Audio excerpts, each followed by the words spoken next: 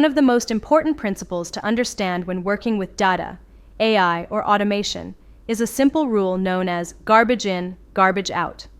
You may hear this shortened as GIGO. What this means is very straightforward. If incorrect, incomplete, or inconsistent data is fed into a system, the output will also be incorrect, no matter how advanced or intelligent that system is.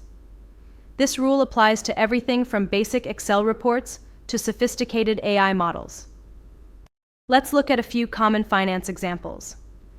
If vendor names are entered incorrectly or inconsistently, the system may treat the same vendor as multiple vendors, creating duplicate records.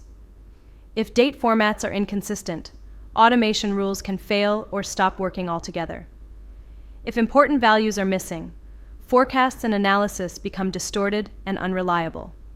And if manual data entry errors occur, reconciliation issues increase, creating extra work and delays.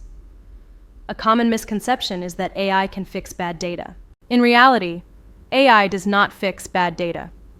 In fact, it can make the problem worse.